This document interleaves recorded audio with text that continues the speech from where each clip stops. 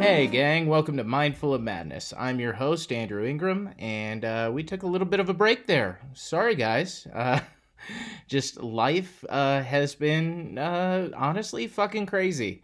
But we're doing the best we can over here to make sure we get a podcast every week from now on. I think my schedule has been kind of fine tuned, so that'll happen.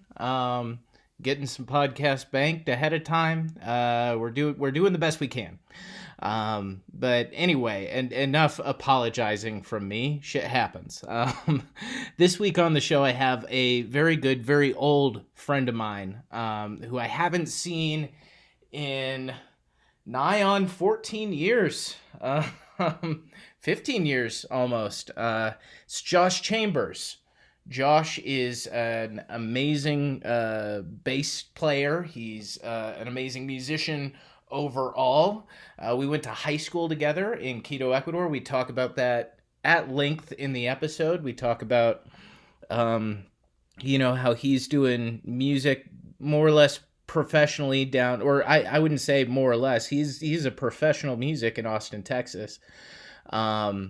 And that's how he's made his money up until the pandemic started happening, and now we're like so many in the arts, he's had to scramble to find other revenue streams. So it was a really good conversation. It was really really good to catch up with an old friend who I have this shared history with, and we can relate to each other in a way that a lot of my friends now, I just don't have that similar background, that similar context for our lives. So it was really nice to talk to him, and I think this is a good window into the minds of folks who maybe had a different experience than most of you probably listening. Now, Josh has a really cool music project called Holy Boots. Check it out. That's kind of the only in these terrible times, the only project he's got going at the moment. The only thing he can really work on his own. So please check out Holy Boots wherever you look. Wherever you listen to music. It's really cool, kind of dark stuff, and I think you'll like it. As for me, the same stuff as always. My album is on Spotify and iTunes and all of those other streaming services. You can purchase it. You could purchase it from me if you hit me up on Twitter or Facebook or whatever. You can buy it from me directly. Or in fact, I'll tell you a little secret here. If you just say you want a CD, I'll send you a CD, because the post office still needs our help. Just because the election happened and the inauguration's on its way, and hopefully we're heading into a little bit of a better time in American history, doesn't mean we need to stop supporting those institutions that we thought were so important 6 months ago. They're still important. They still need our support. So ask me for a CD. I'll send one to you on me. All right. My writing at mindfulofmadness.com. And as always, please rate, review, and subscribe to the podcast. A final note, I got real drunk on this stream. I'm just warning you now. It was a fun conversation. I'm not sure I remember the last couple minutes of it. I finished recording it and promptly passed out. So you get to see what Andrew's like when he's when he's good and toasty. That being said, I had so much fun talking to Josh, and I think you'll really enjoy our conversation. Next thing you'll hear is Josh Chambers and me talking. Bye, guys.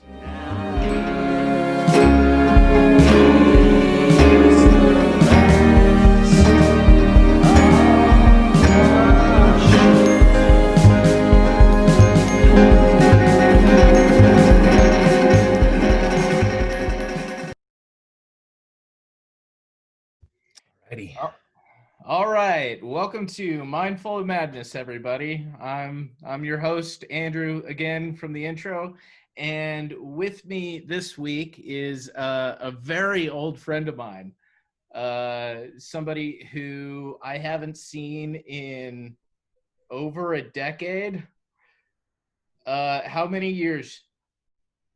How Oh gosh, let's see. I haven't seen you since oh 2006. six, six, yeah, Yeah, so good gosh, man. Let's see. 14 years, 14 years now. Yeah, it's been a 14 long years. time. Josh Chambers, turkey leg, or Turkey leg. Yeah, what's up? What's up, everybody? Hi. how's it going, buddy? Danger, as we used to call you back I in the know I day. have so many nicknames. It's like Yeah. not even funny. But Mm. it's going good, man. Austin, Texas is bumping pretty hard still. They're doing their thing. So we'll see. Yeah. We'll see I wouldn't how long advertise it that lasts. too hard these days. Yeah. Yeah. How are you, man? How's it been going? I'm good. I'm good. It's Christmas Eve. We're recording on Christmas Eve. I'll probably like the second we're done recording, I'll record the intro and put this thing out. Um, Okay, nice. yeah, we're running a pretty tight ship over here. Nice. Yeah, I got the whole crew on lockdown and Yeah, everything. yeah. Well, it's funny because the first I was just furloughed for the first couple months. I was still getting paid, but I didn't work at all. And now I'm just out. I'm working 60 hours a week. It's really weird. Uh, What? yeah, I got a new job. It's a whole thing, but yeah. How have you been doing with all this?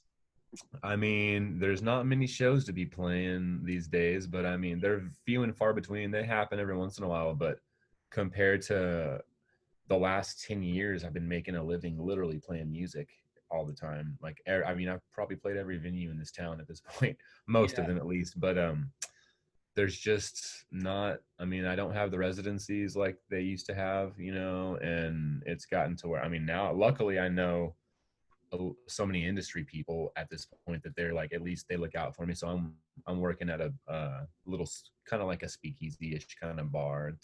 It's a cool little secret place.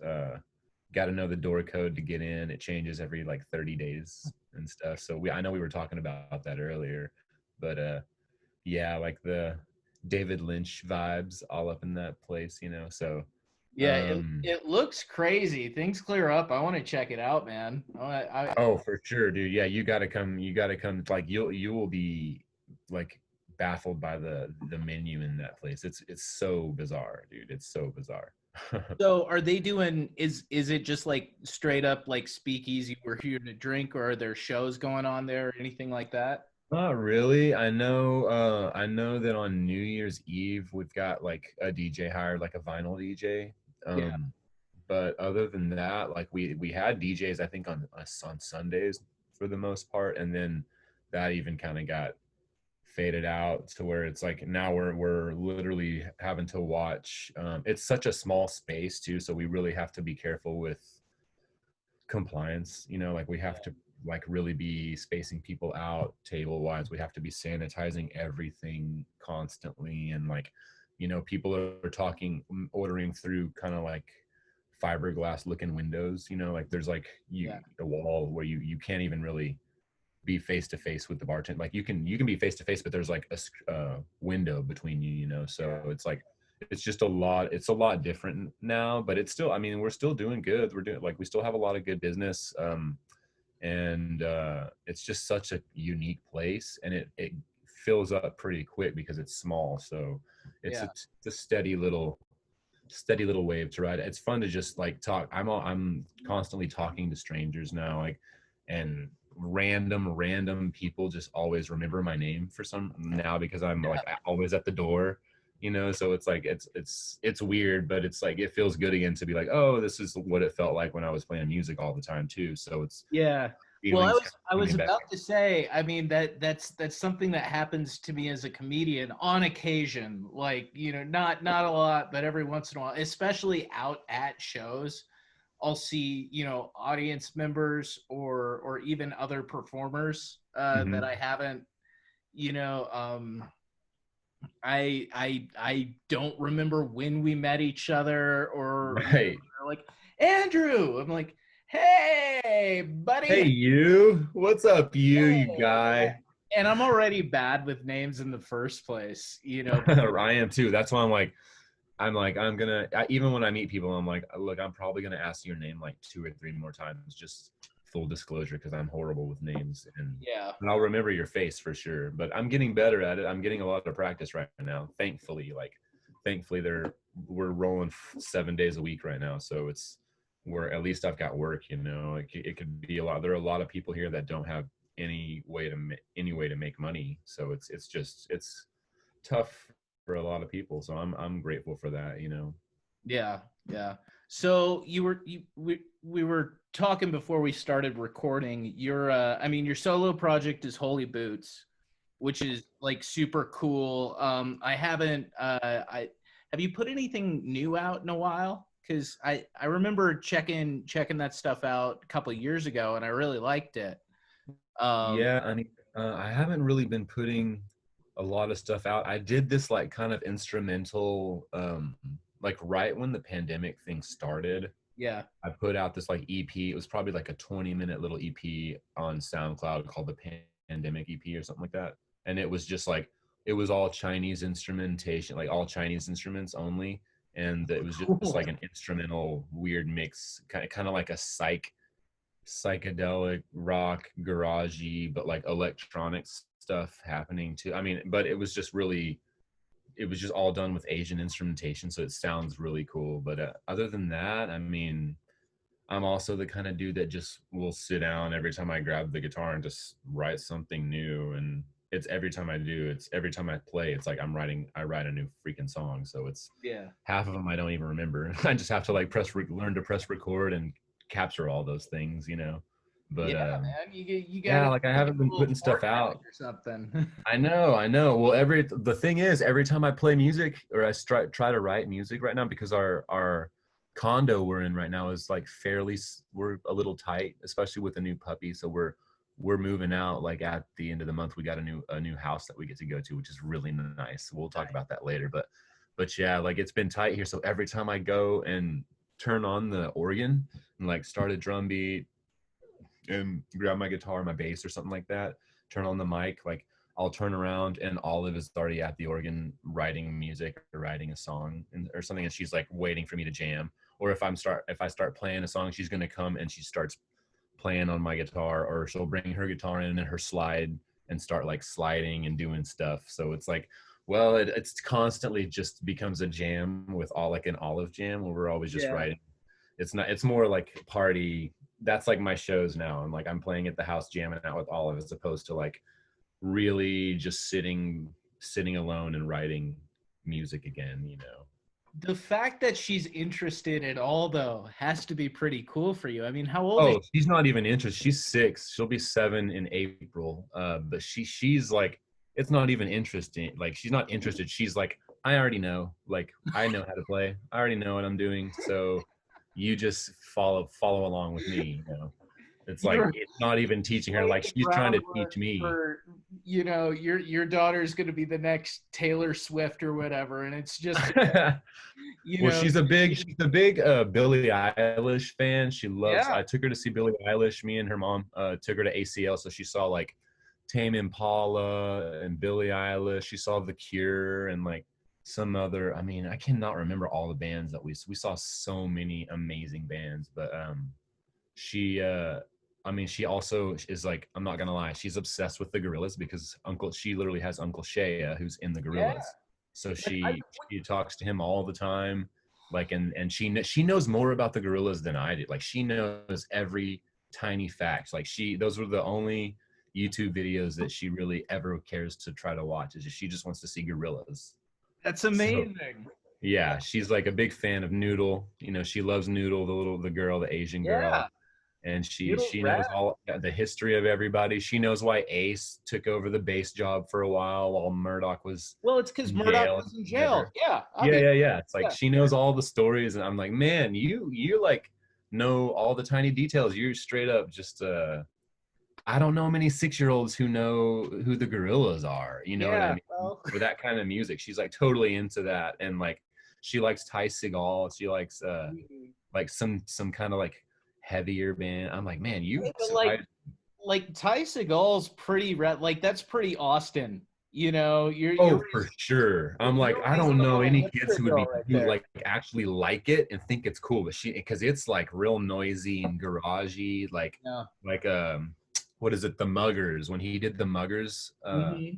which was like to me that was like a superstar band. All those guys are in such good bands and stuff, but that album about Emotional Mugger, I think it was called, is very. I think that's like my favorite one. So she's constantly listening to that. But really, it's whatever we put on vinyl because we have such a cool. Me and Nikki have such a dope like vinyl collection. So she's exposed to the good stuff, you know. Yeah. Oh, here I'll come. I'll go over and show you mine. It's probably not as cool as yours. Uh, I here's just now realized like I'm wearing this Snoopy Christmas sweater, and my hell my yeah.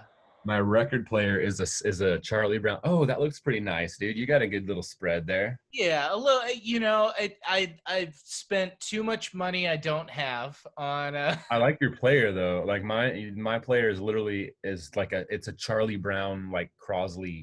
It's got like a comic inside of it, like a Charlie Brown comic about how he likes his record player or his record collection. But it's Yeah. like it was a record store day like limited release or something like that. So we bought it to give to Olive Oh, that's whenever great. she learns how to really take care of a record player. Like it's one of those little portable suitcase looking ones, you know, that just Yeah. unfolds. But yeah, and we're all wearing like Nikki and Olive both right now are wearing their Christmas PJs, which is all Charlie Brown stuff right now. Oh, I was nice. like, I what? have I have a Snoopy tattoo. Uh, No. yeah, I do. Here.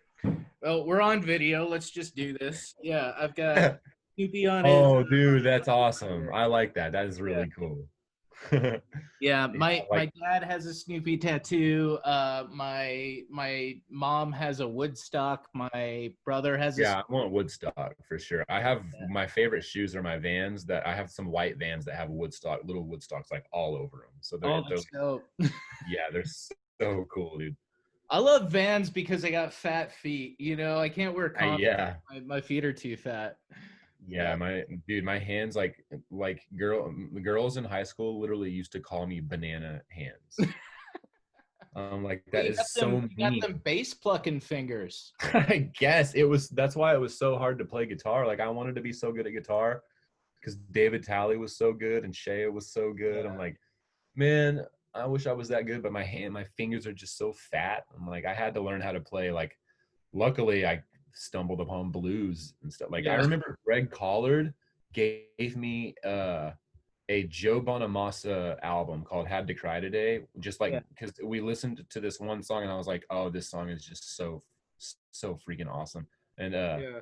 and he took me out for coffee one day and then gave me the album, gave me the CD, and I was like, that was really what got me really getting. It was way before Austin, you know. Yeah. It was like back in Ecuador.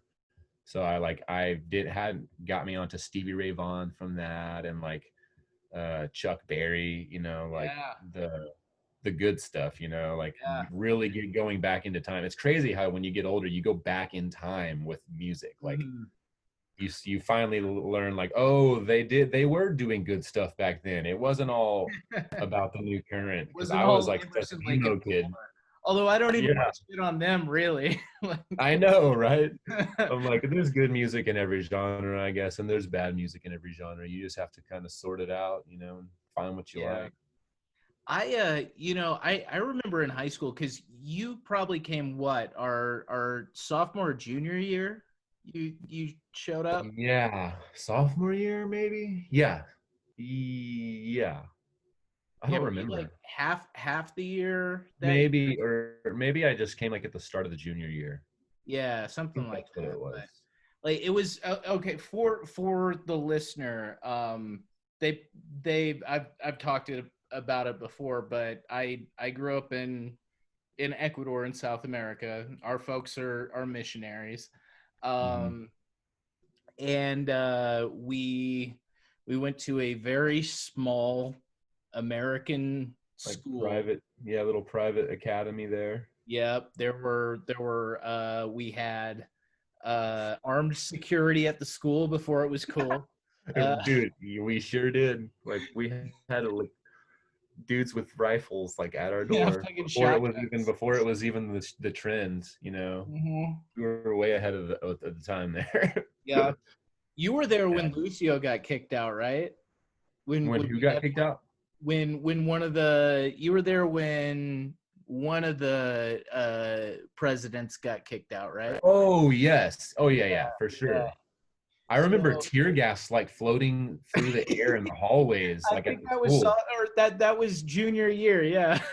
Yeah, because I was like literally just walking with my books, and all of a sudden I was just like choking. My throat was so itchy, and my eyes were just like pouring water. I was like, "What the heck is Yeah. like? What happened?" I had no idea what was going on, and come to find out that it was just tear gas like floating around from all the riots happening Yeah, like I remember across because the that only way. happened once, and I think it Yeah. was because we were like distressingly close to the Supreme Court.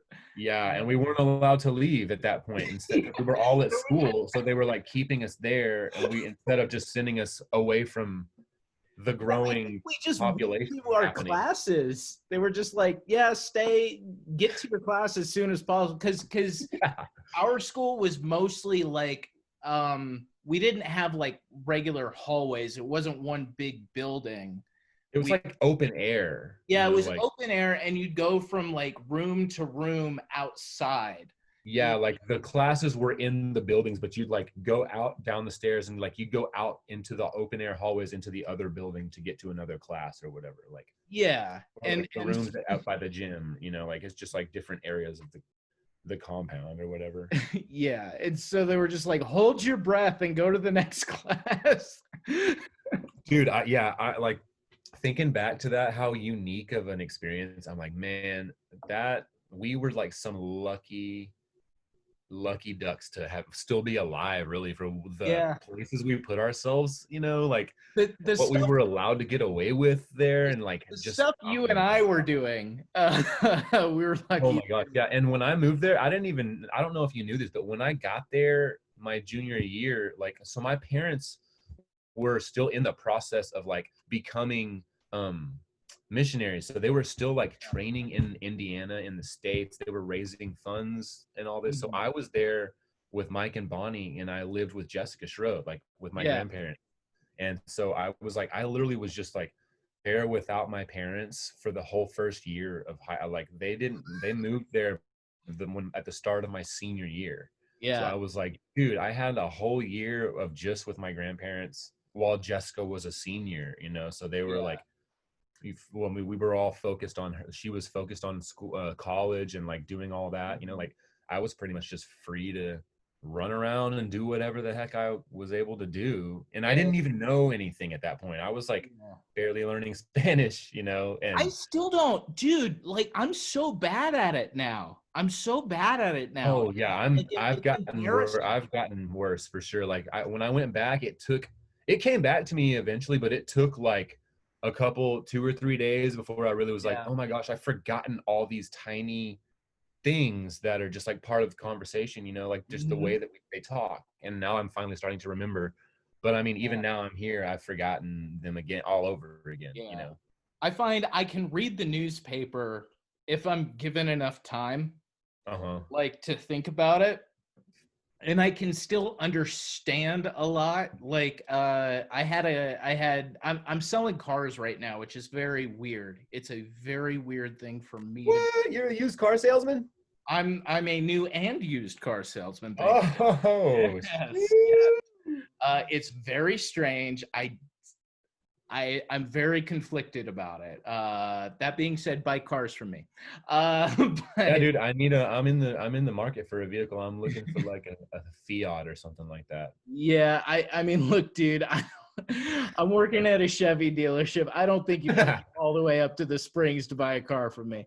But but I've had some customers that only speak Spanish, and while I'm able to understand them, I can't remember how to say the words I need to say. You're You like, know, Yo trabajo en el lugar con los wacky waving arm flailing tube men. Exactly. We don't have any of those guys though, so that's a bummer. We should get some of them. Talk to my Dude, boss you about need like one tiny one with like a little fan that just sits at your desk or whatever that just flies around and just like sits yeah, like yeah. a My little mini desk's in the back. It kind of fucking sucks, actually. guy. I have some thoughts about my placement in the office. I need to like get You closer need to a the better door. view. Yeah.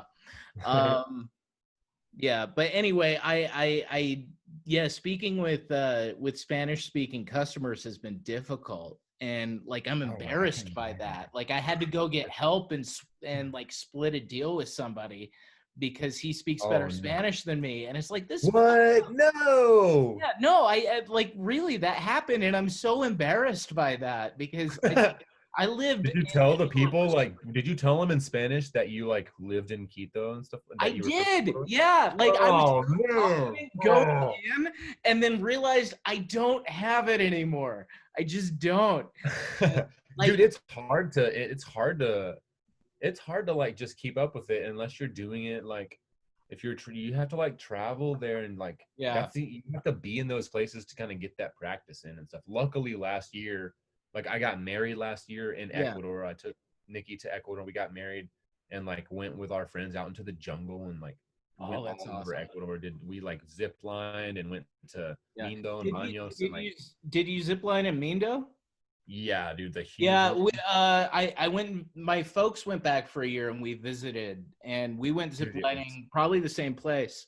yeah, I bet it was. Like it's like the hike you do like 10 zip lines or something across all those Yeah, back yeah. mountains. It was so gnarly. And I we had saw it. I saw a fucking toucan. I saw a toucan while What? we were ziplining. I got like this amazing picture of it. Yeah, Oh, that's cool. That's yeah. awesome. But yeah, luckily, so we were there for 3 weeks, so I got plenty of Mm. practice. And also last year I went to Mexico. I've never been to Mexico. I'm from Texas, and I've never been to Mexico until the last year. I Yeah, went for a wedding. We went down to Oaxaca. yeah, And so we stayed in Mexico City and then went out to Oaxaca for a few days and then came back to Mexico City and flew back to Texas. But I got plenty of like being in a Spanish country practice like speaking. So I got pretty brushed back up, you know.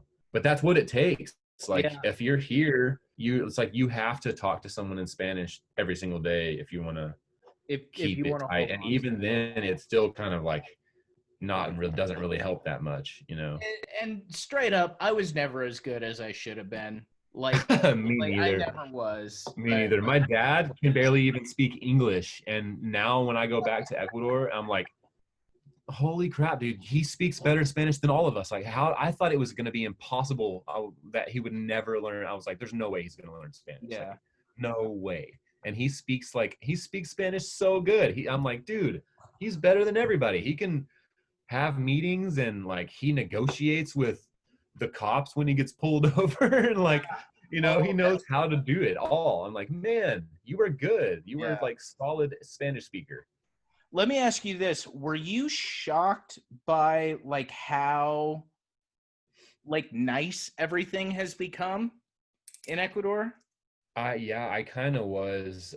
Uh, I was.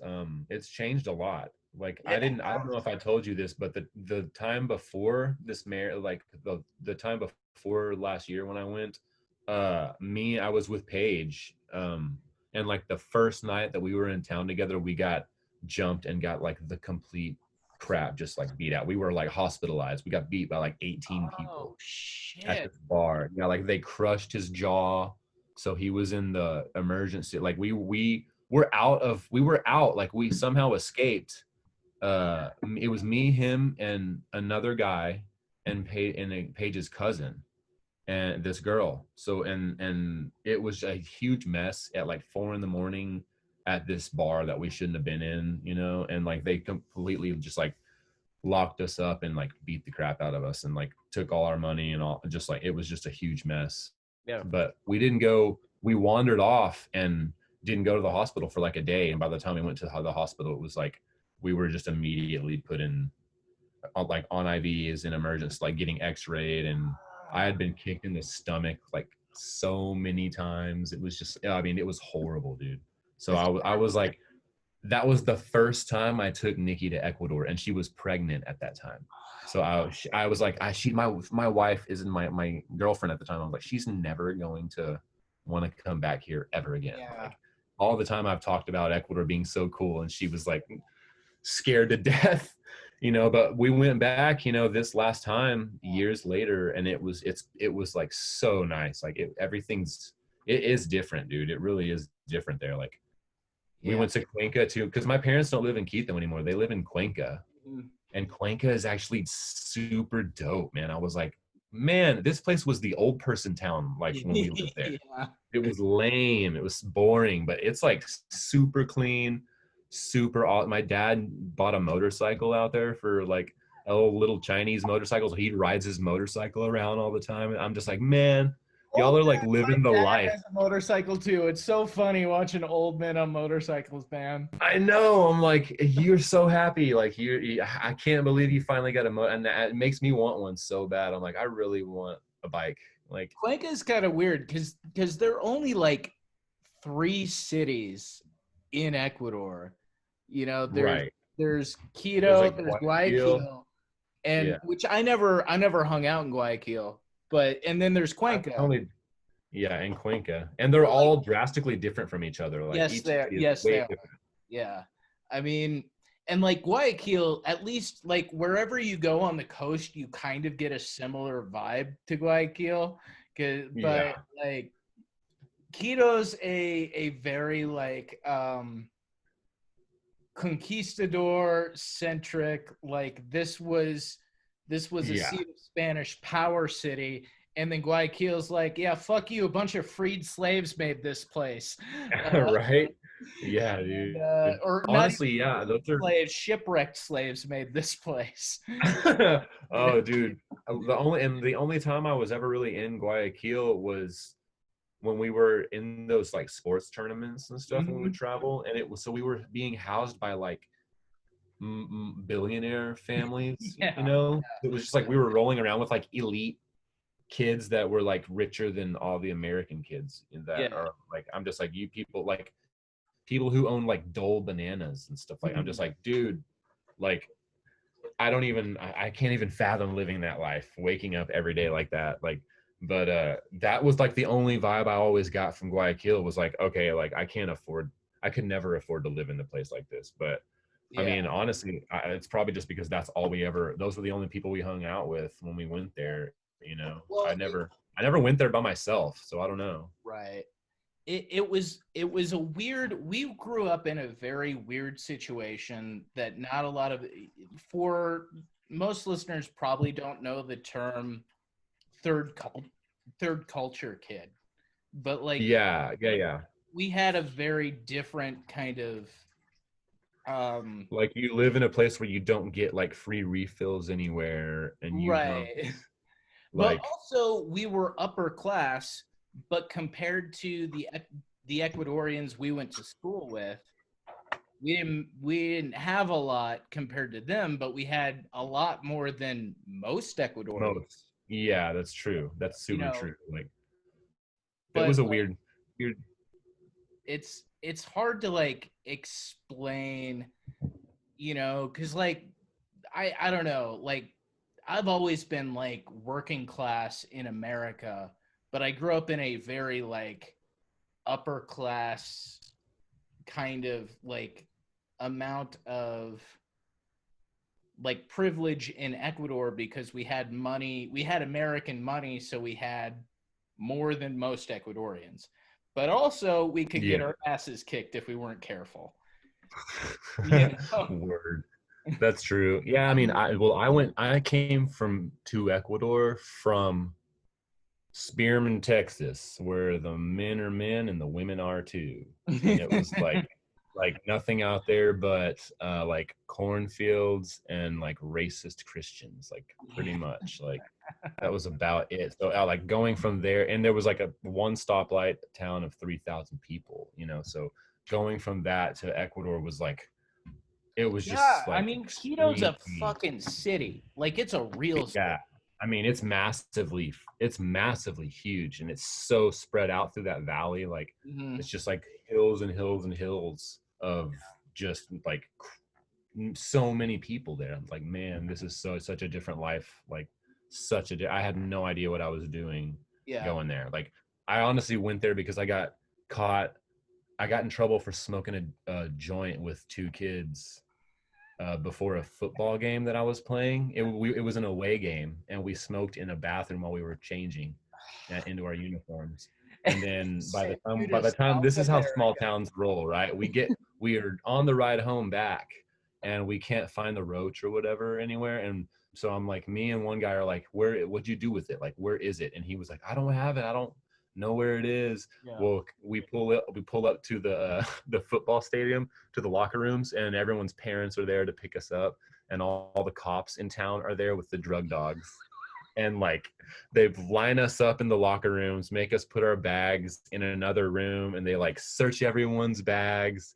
And then the next thing you know, like a couple people get in trouble for having like Tylenol or like painkillers of some sort or whatever. And then like boom, the first guy gets called up, goes through, and I see him fly across the room with the police. And then all of a sudden they come back out. They call the second guy that I smoked with, and he goes back there. Then he's gone, and then I'm just like, all right, here we go. Bunch And of I was, keep snitches. in mind, I was like the good Christian boy, like in Yeah. that small town. Like I was a good kid. I was like one of the smartest kids, like there, you know, at least for the guys. It was mostly just girls that were the intelligent ones in that town. But Yeah. like I end up getting busted for this joint, and I got arrested outside in front of everybody, like taken to the police station. My stepdad was there to pick me up, and like not my mom. My stepdad was there to get me.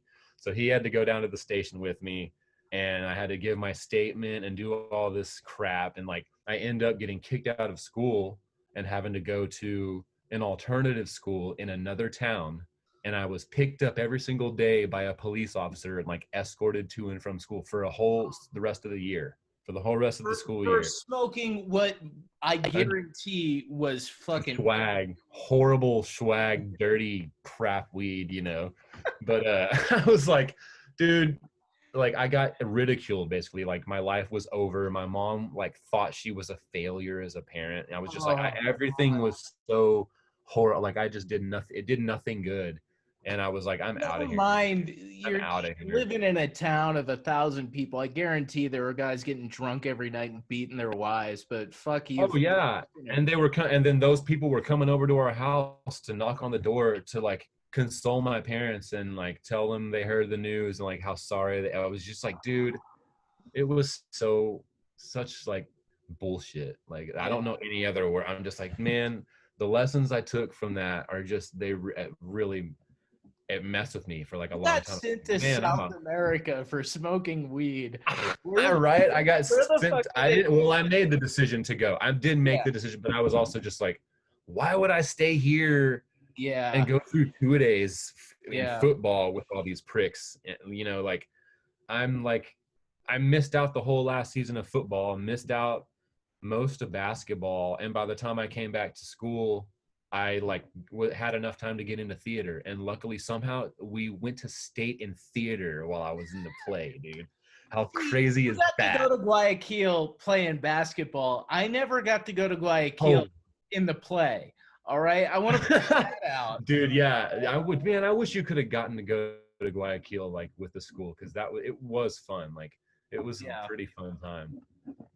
Yeah.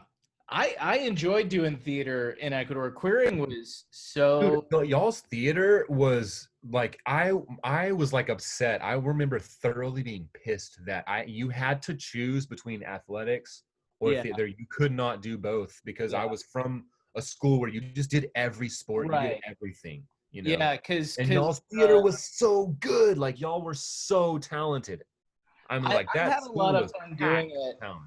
I fucked myself my senior year because I remember I was taking okay, so remember missionary school listeners, we had Bible classes we had to take and we had Oh to yeah. pass to do electives. And I remember I was in Grenowig's Bible class, and we Oh, had I to might have had that with journal. you. We Yeah, every day. remember that? Yeah. Yes. We Oh had yeah. to journal about our spiritual journey. I don't even remember like what the prompts were or anything. Dude, I what just I would do to remember get my hands on I my had to journal. share my spiritual thoughts with the teacher every week, and I refused to do it, so I failed the class. I And failed so in the turn, class. you didn't get to be in the play, right? I didn't get to be in the final play of my senior year, which was the best part I ever got cast in. It was in a Moliere play, and I don't even remember which play it was, but I remember Dude. I was like the second lead. I was the guy that like fixed all the problems, and I was like, this is the perfect part for me. I remember doing the first rehearsal and Mr. Queering just smiling at me as I'm delivering these lines this whole time, and I'm like, I'm gonna crush it. Yeah. And Oh no. uh then Crush your dreams. the principal called me in and said, hey, you failed Bible last semester. If you want to graduate, not only do you have to complete this month's Bible or this semester's Bible class, you have to retake your other Bible class. Dude. And it was like, right, but I don't need that for a real degree. I only need it from this fucking school. I know. I'm like, Yeah. that is crazy, dude. Yeah. But yeah, That they had a strict standard of rules we had to adhere to pretty much. I'm like, I feel bad for I mean, dude, my sister is a married lesbian woman happily now, and I can't imagine what it had to be like to go through oh, that place. oh Like, man. and she was so popular there too. Like she had so many friends, and she was like the star athlete of her grade. You know, like she helped. She was on varsity. They wanted to put her on varsity when she moved there in 8th grade, but like Yep. that just wasn't going to happen. I was definitely with not my with Aunt Jessica there as a senior. She's like, hell no, I ain't putting my 8th grade niece on the team, dude. But I'm like, dude, I can't imagine like how difficult it had to be to have to just go through that school and follow the rules, you know, like it's Um, just well, it's not like tough. we followed the rules though.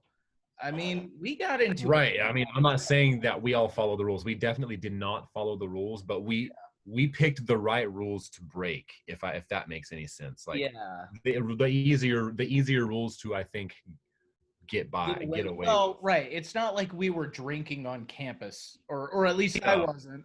Uh, No, we went next door to Bompan or whatever, you know, or right. Kemas. We'd go to Kemas and Yeah. smoke cigarettes over there. Oh shit, came. I Yeah, forgot that what it little was kitchen. called. Yeah, I was like, what? I called it Bompan because that's the other one down on the corner, the Yeah, bread. down on the corner. But I right next feel door is bad Kemas. Yeah. because that family owned that entire block for a while, but now everybody can get everything online, so they don't need the pirated DVDs anymore. So that store Oh closed. man, I think the dude, flower store is still open. the flower store is still open. Yeah, it's still there. Yeah. But yeah, I know the Chifa El Dorado down on the corner around the corner is Mhm. closed. Like that our favorite Chinese lunch Oh yeah, spot. You that know was that place so is good. gone. Dude, yeah, like that. It was like $2 for a freaking 3-course meal. Yeah, it was Yeah. like so amazing. I remember just the fact that there was Chinese food in Ecuador all of a sudden was I know. exciting. Yeah. Yeah, I loved it. They had good Chinese food there too. I liked it. I'm like, it Yeah. was pretty good. I mean, so after Ecuador, my parents moved to Singapore and ran What? the HCJB Reach Beyond, whatever the fuck they're called now, Uh-huh. office in Singapore. And so I went there, and then I learned what Asian food actually was. Uh, and Oh yeah. See, I've never really been to Asia at all, like yeah, any Asian countries, but I know my uncle Troy, who's also from Alliance, went to Alliance as well. But he's teaching in China. Like, where is he at? are I'm you trying allowed to say? all right. Teaches art in Wuhan. No, Hmm. I can't remember where he. I can't remember where he He ate a bat actually is. last, like early last or late last year, It's and crazy because he looks like Ozzy Osbourne too. No, he. But I'm like, I know that it's different, but it's got to be like drastically different from what we Mm, think Chinese food is here. I'm like, yeah. there's no way it's the same. Like, I bet No, everything about no. it is probably so different. I watched this documentary. Apparently, there's a place in China that just trains people to cook Chinese food like Americans like, so they can immigrate here. What? Yeah, yeah, Oh, no way. yeah. They just they train these cooks. They're like, yes, we all know American taste sucks, but this is More salt. More salt. more salt, more salt. Yeah. And then they immigrate here and work in all the Chinese restaurants here in the States. Um, Oh man. Are they like hibachi style or I just don't like know. straight up I don't know. they learn like the Yeah. American What was menu of that like fucking General Tso's hibachi chicken? place in Ecuador called where you could get like Oh, because I I don't remember remember. eating there with Freely a bunch of times. Dude, do you remember eating at what was that place called? QIUI or Q or RUI or URI or something. It was for Andrew. It was for Freely's birthday. Remember, Probably they had all like the the fried squid and shit. yeah, like page 8 ostrich, I think. Yeah, yeah. I think I had duck, like duck l'orange or something like that. I don't remember what it was, but yeah, what was that place called? It's shut down now, but it was kind of by maybe the embassy or something like that, I want to say. Yeah. We okay, the fact that you and Paige, like I didn't want to bring this up earlier because like it is fucked up that you guys got like jumped and Oh all that yeah, that stuff. was crazy. But the fact that we didn't all die in our junior and senior year doing like Yeah.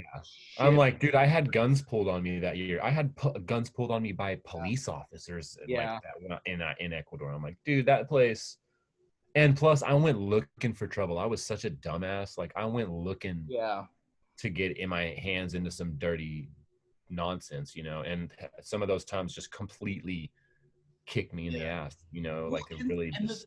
like I wouldn't even label what we were doing as self-destructive. Like I don't think so. I think we just didn't know what truly being free, like, I don't know how to describe it. Like, like I don't think we were trying to destroy ourselves or anything like that. we like looking back on it now through like the context I have now, like there's a sense of entitlement there. I didn't think I recognized that I had, but like I remember going downtown and like we would just go party all night and then Yeah, like take a shit at the Marriott.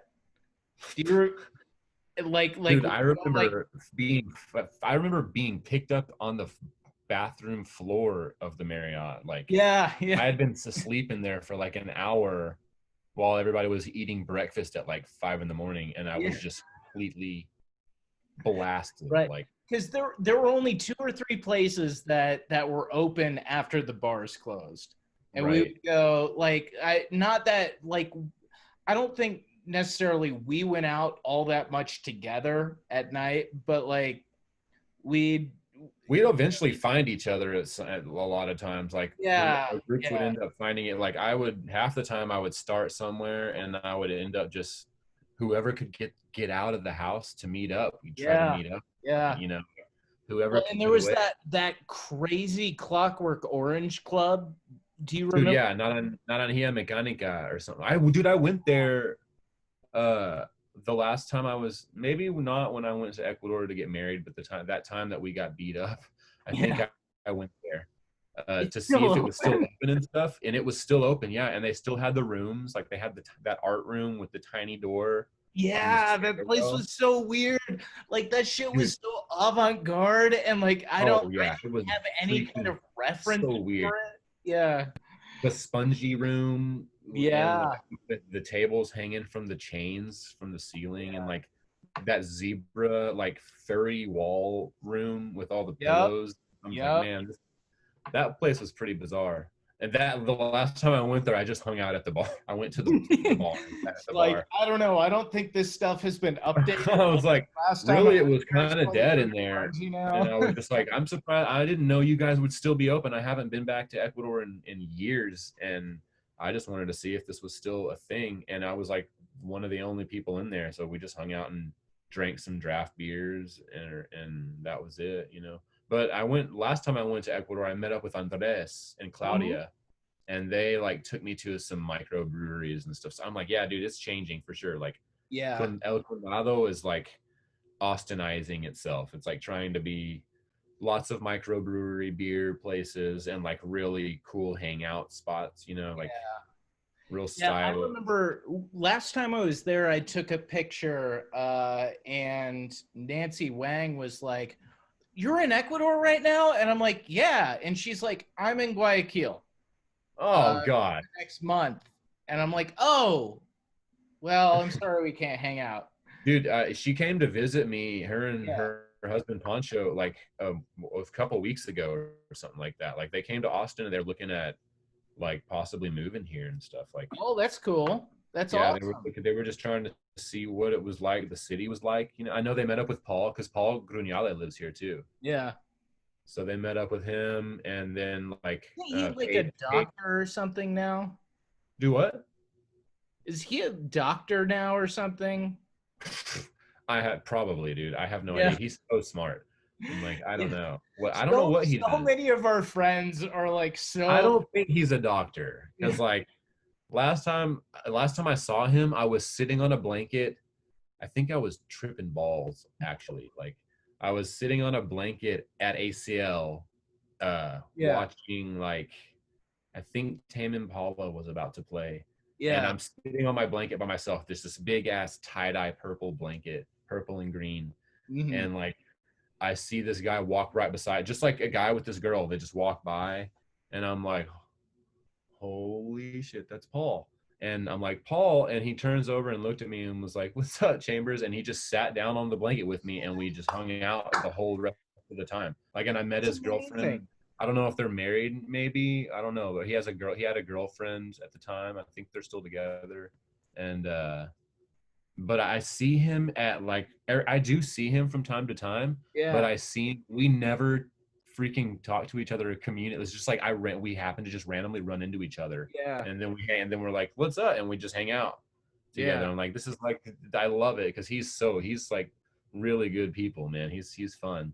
yeah. But I know that I tried to get together with him while Nancy came because they were hanging out. They went to Hmm. some breweries here. Um, but I just had to work and stuff. So, Yeah. but they came to my bar. Like Nancy and Poncho came to the secret bar and like had some cool like cereal cocktails. We've got some like cocktails that have like tricks or apple jacks or cocoa Yeah. puffs like milk. So they Oh use like man, the I cereal I milk in the get cocktails and so stuff. So I it's like feel so they good had some for of 15 those and had and then some have a I think stomach some ache. gin. There's Yeah. some gin. They're gin. Nancy's like a gin drinker for sure. Yeah. Yeah. So she had some gin drinks and stuff and met my buddy Chris. He's like the best bartender in the city, dude, for sure. I mean, he's a magician. It's like insane. But so I know they're thinking about moving to town. So who knows? Maybe they'll be coming here, man. That would be awesome. I I Yeah. haven't really seen that many people from home. Like Cabrera lives in the Springs, right? Yeah. Yeah. You don't see Steven much or what? No, not really. I mean, we hung out a little bit. Um, He's doing that golf thing right now, that Steven versus golf or yeah, whatever. he's doing like a YouTube thing. Yeah. Um, Yeah, I know you he's been know, like super he's been super steady putting out content and stuff. But yeah, yeah, I really haven't kept in touch. I know that they had another baby. Didn't his they wife have a did. baby? Yeah, yeah. So yeah, I'm sure And he's COVID super. times being what they are, I'm not gonna. I'm. Yeah, I mean, their hands are full. I'm sure right Yeah, now. Their but hands are. like we hung out a few times. I saw him I a played bit. in Colorado Springs like 10 years ago, maybe, Yeah. and he came to my show. Like he came out to the show and hung out. Oh, that's That awesome. was like, that was like I was on tour with Cardinal Cool and the Nuns of Justice. This is the band Yeah, that yeah. left.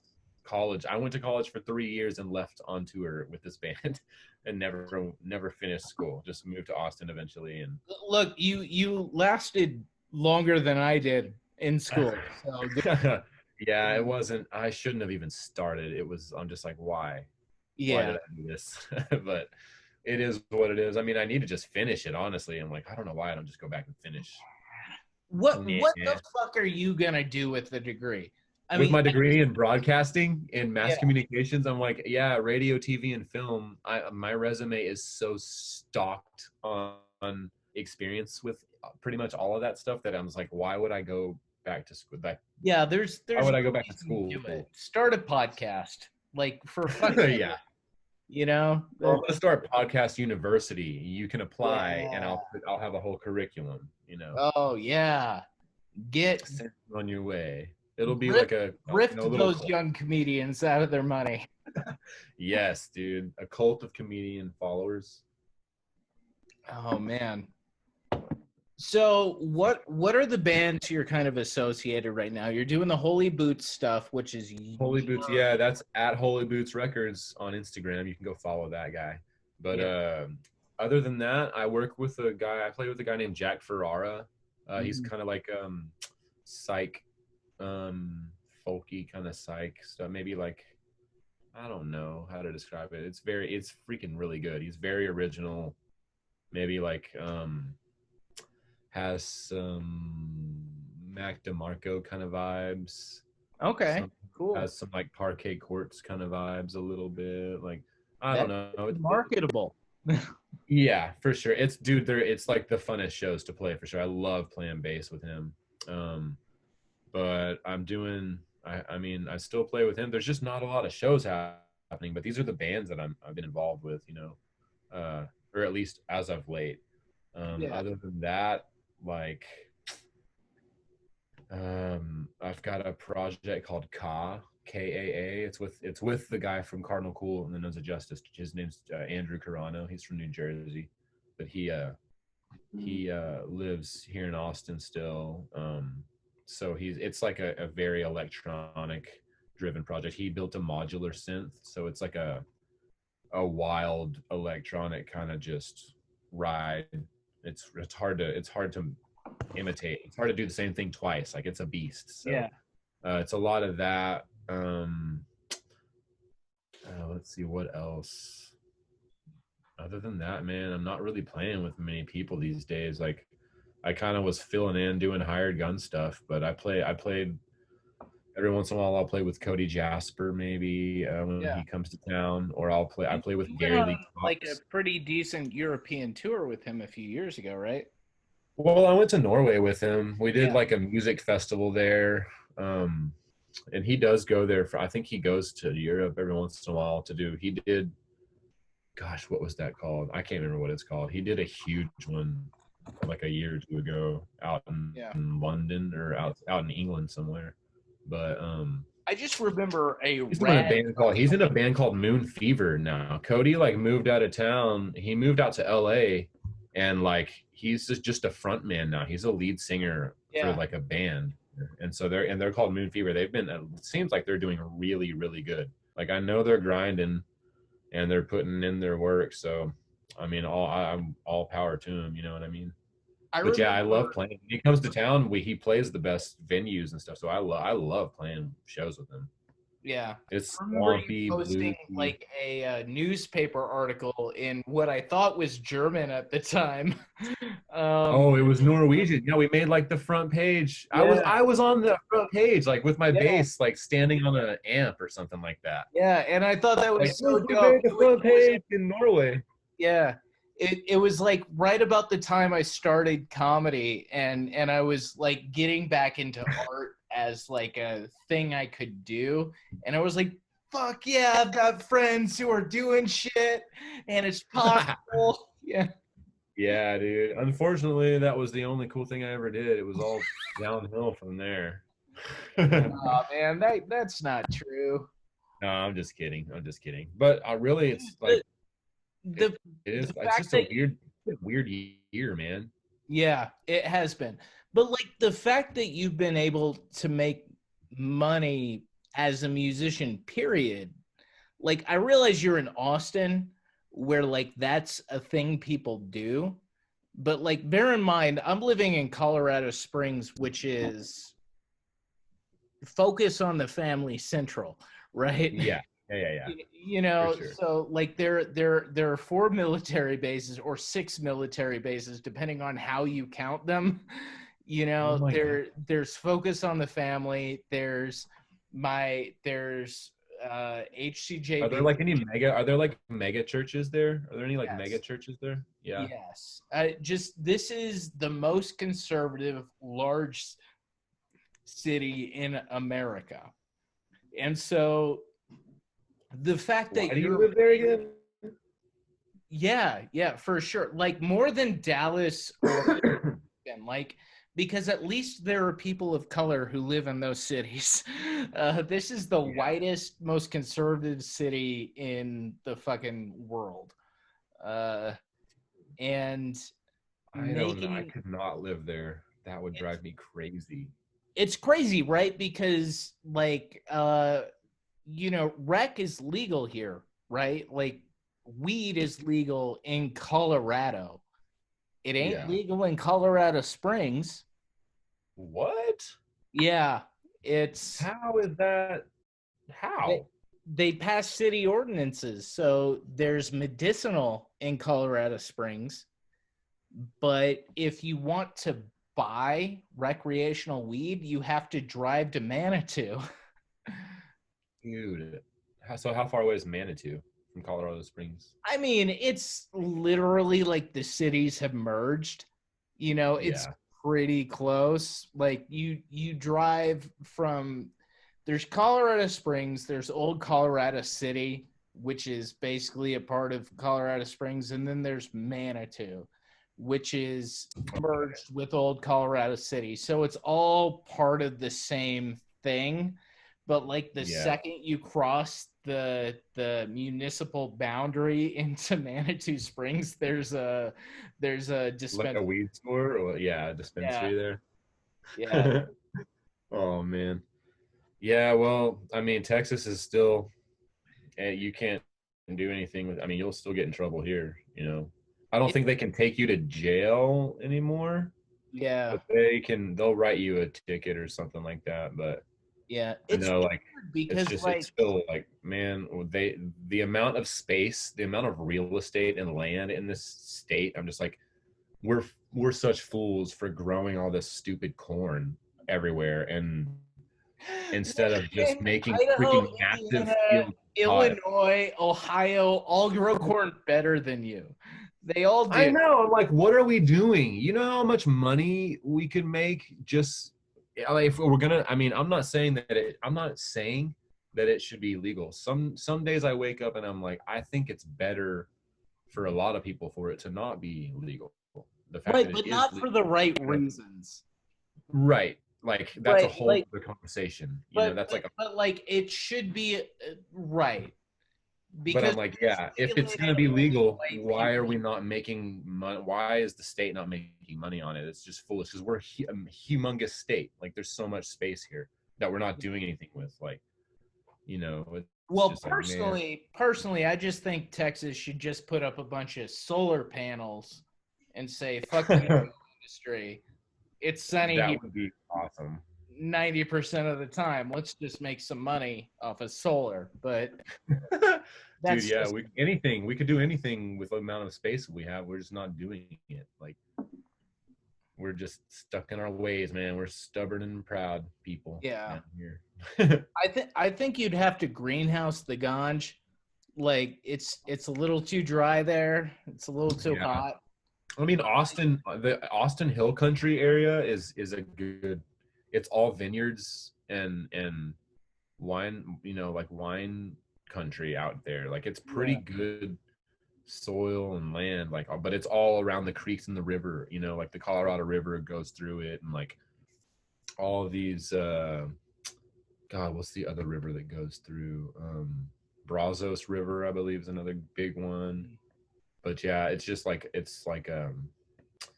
the middle of Texas, like here from Houston to Austin, that kind of middle area is not too not too hot and dry. You know, it gets humid. It's hot, but it stays pretty humid. Like Austin's Yeah. actually a really green city. Like there's just Well, it's like a trees swamp, everywhere. right? I mean, not really. It's not swampy like the lake that we have here, Lady Bird Lake and like Lake Travis are all. It's all like lake. It's like a lake town, you know, like Mm-hmm. a really big one. But it's not like swampy like Louisiana. Like it might feel swampy when it gets sticky in the summer, like if it gets real humid, Yeah. but the water Compared isn't to swampy or Arizona, anything. it's Like swampy, you but just not go compared to jump out in the water. yeah. It not compared to like Mississippi, it's swampy. But No, compared to like yeah, not Arizona, even close. Utah, it's swampy. Yeah, well, yeah, definitely compared to that. You know what I've been thinking about? I want to go visit Montana, dude. I've never been there, and Yeah. like I've been told by multiple people that it's like one of the most beautiful places in the country to like visit. Yeah.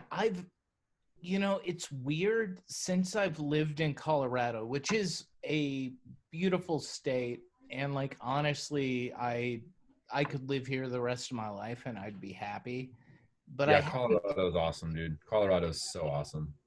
but I haven't traveled a lot in this part of the country. I've been up to Wyoming once, and I really haven't been out to Montana. I haven't been out to What about Utah or no, I Oregon? haven't been out to Utah. Haven't done any of Oh, that. dude, you've got to go. Oh my Yeah, gosh, dude, you got to go through Utah. Like, when I went through on tour, I like that was probably the most beautiful place I've ever seen. Like, driving through that place is just like there were times we stopped off. We just literally stopped off on the highway just to take pictures of like these weird, bizarre shaped mountains like popping out of the ground, like yeah, stone. They're like it looks like they were like like they just shot into like they were planted in there or something, like they came from outer space. Like it's just so insane. Like it's beautiful out there.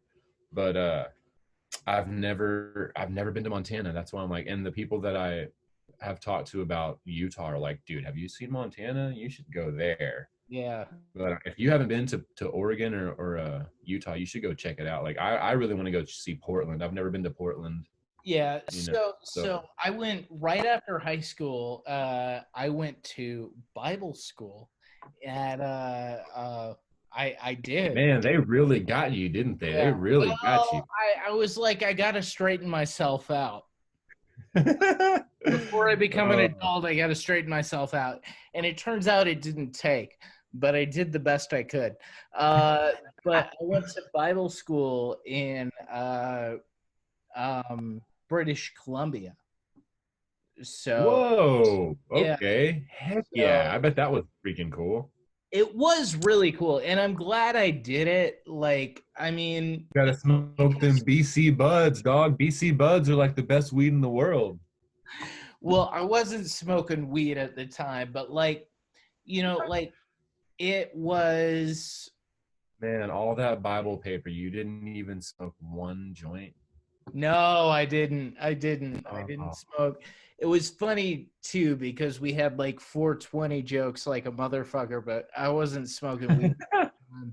But yeah, I'm glad I did it. Like because it was all like a mental like ethics exercise for me, and like Yeah, yeah. you know, Yeah, it's not, dude. It's not like the Bible's bad.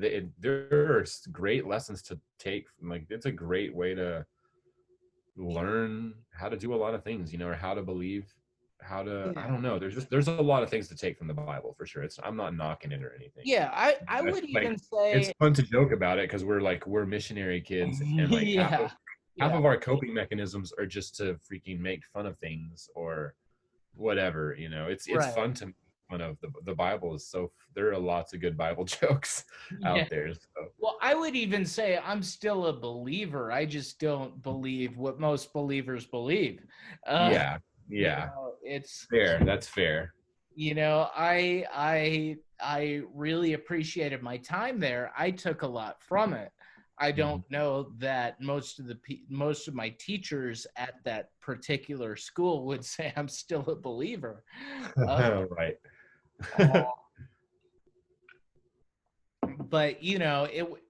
plus it was like a good come down from high school, right? Because Yeah. like I went to high school and I was such a nervous wreck that entire time, for one reason Yeah, you or were. another.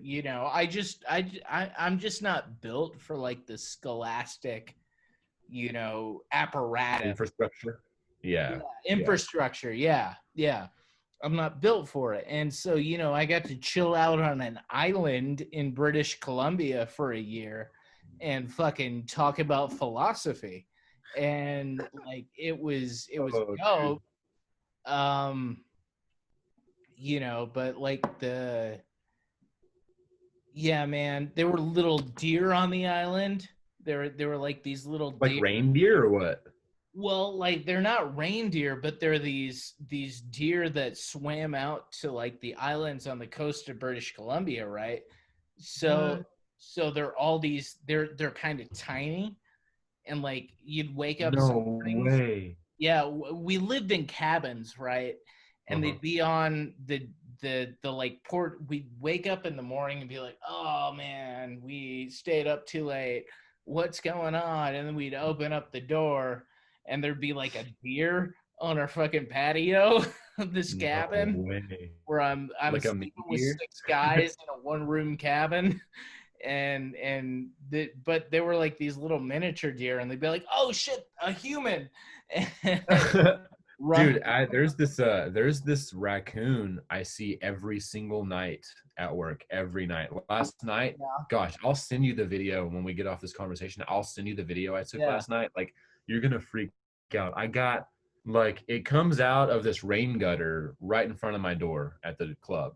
So it comes out, it looks around and gets up. Like I talk to it when I see it because every bartender in there has a name for it. So it's got like four different names, and so there's like Rocky, Rocket. Um, I call him Abe Lincoln, but then another guy calls him Pennywise. So because he lives out in the gutter and stuff. But he Yeah, comes out every night and he like crawls over to this metal trash can bin like on the corner of the stoplights and crawls up it, goes inside and eats like the pizza crust and all the stuff yeah. in there, and then comes back out. But I've been talking to it a lot and it's like fearless, dude. I get so close with my phone. Like I get a video every time I see it and I like press record and I'm like, hey buddy, what you doing? Like I set out a Thanksgiving meal on the curb for it on Thanksgiving. So it came out and like used its little paws to like scoop up the like potatoes, all the stuff, and like eat it. I mean, it was so crazy. But I get so close to it, and like last night, I literally it crawls up the trash can, and I like walk right up to it, and my phone was like this close from its butthole, dude. It was like the craziest, and it just looks back at me like, and then dumps down into the trash can, and I just Like, stayed down for do like you three think minutes I'm eating sexy? food. Yeah, I'm dude. sexy. He's like, you will never get this. You will never get this. All But right. yeah, dude, I'll send that to you. It's really, I'm like, Hell man, this guy yeah. really is like not scared of me at all anymore. It's like it knows my voice, I think now. It's weird. Yeah. I've got some friends who like raised a raccoon because they like What? rescued one, and so Yeah. now it just like They're, hangs out they're at home. smart, dude. They're like Yeah. really smart. Yeah. I'm I obsessed with keep waiting for this ravens. one to like with ravens. Yeah, with ravens. Because like ravens What? can talk. Ravens can talk. Did you know that? No, I didn't know that. I Yeah, don't know many ravens can facts talk. about ravens. I'll shoot you a video of ravens talking. But like ravens can talk, but they Hmm. kind of stopped for the most part because in the early 1900s they realized that humans were trying to domesticate them. No way. So Yeah, they quit communicating like verbally or something? yeah, so they realized if they started copying human language, humans would capture Not them. try to Oh, whoa. And so they stopped. Some of them still do it. Like you can Like still bring it out train of them. a Do you like raven. teach them to do it or something? Or what do You you can do? teach them, but it's really hard because they don't like being slaves. Go figure. That's crazy, dude. That's Ravens. That's a weird one. That guy Jersey I was telling you about, the one I have the band with, Ka, he raises he's got a hawk called Lucille 3. She like trapped her himself and like built the house for her in the back and like trained her and took her out. I think he let her go. He's gonna about to trap another one. But like I used to go over there because he has a wolf dog as well, Margot, and like he's just a wildlife biologist guy, like does a lot of land survey kind of stuff. But he like raised this hawk, and it was like a freaking ferocious beast, dude. Like watching her eat birds and stuff, like just ripping this thing apart. Like, oh, I mean, it's so crazy. Yeah, But he's it's like, yeah, he weird got because way like into hawks mostly eat other birds, right? I guess so. Like, Yeah, I like don't they know if eat it was like a mice and chicken or shit what it sometimes, was. but Yeah. No, he like literally had his glove, like that big, huge leather thing that yeah, goes all the way up your arm, that they like clamp onto. And he would like feed her like that and like teach her, I guess, teach her that he was the one feeding her or something, like, like would present her the food or something. But yeah, it's so weird how birds, like the training process of raising a bird is so weird. Like it's so different than having a kitten or like a puppy, like it's just, I'm yeah. like, Because man, they're wild it's animals. freaking You have to like condition them. right. And he doesn't want it to be like too domestic. Like he doesn't want it to be too not wild, you know what I mean? Like he Right. still wants it to be wild. Like I think he already let it go. Like he released her so that he can go, because he trapped her with somebody who taught him, how to do it. Mhm. And I think now he's going out on his own to trap one and like do the process again with it. And I'm like, dude, it's so weird. It's such a weird hobby, but it's like, gosh, that's so bizarre. You said something. What did you say? Oh, you said an island in British Columbia. That reminded me of. Do you remember going to an island in actual Colombia together? Yes. I'm like, Got people into don't know a lot about of that. I'm trouble like, it's so people trip out when I'm like, yo, for my senior trip in high school, me and my whole class flew to Colombia. and got drunk for a Yeah. week. Yeah. Stayed drunk for a week straight, drinking on all these free resort, like all the hotel resorts we could. I just had access to all of them. Yeah. Like And like that was like a reality show, like freaking Laguna Beach kind of, or like some sort of freaking those game shows about like yeah, are I you the one, remember. stuff. I'm like, dude, the drama happening at these places is so crazy. All these young Christian kids getting to just drink booze for free. I just remember freaking out because the night before we flew there, oh, we all got so wasted. I got so drunk, dude. And my mom, I Where don't know where why, but were we? y'all, the Because class voted for my mom to be a sponsor. Like the whole class voted for my mom to come be a sponsor. So I was like, great. My mom's gonna be. Luckily, my mom is really yeah, cool. But I yeah, remember being so hungover at the airport when we're going to fly to Colombia, and I'm like going to the bathroom every 5 minutes I'm just throwing up bile and like I'm like green, and all these people are just feeding me pills, like stuff you're buying from the pharmacies in Ecuador. Probably who yeah, knows what drugs yeah. people were putting in me. And I just remember going and laying on the ground in the fetal position, like at my mom's feet in the airport, and just being like, I just want to die. Like, just pray for me, please. I want to die. And I woke up on the next thing you know, I woke up on the airplane and I was covered in sweat, and I felt amazing. I had no pain anymore. Whoa, I passed out, and I guess the You were drugs on just kicked in or cocaine, something. buddy. Yeah. I was like, I feel amazing. It was so funny, dude. I We was like, let's our party. senior I went to year, bed going, I'm never gonna drink a drop of alcohol again in my life. And and I then we woke got up drunk that like, whole week. let's party. Yeah. Yeah, like, oh my gosh.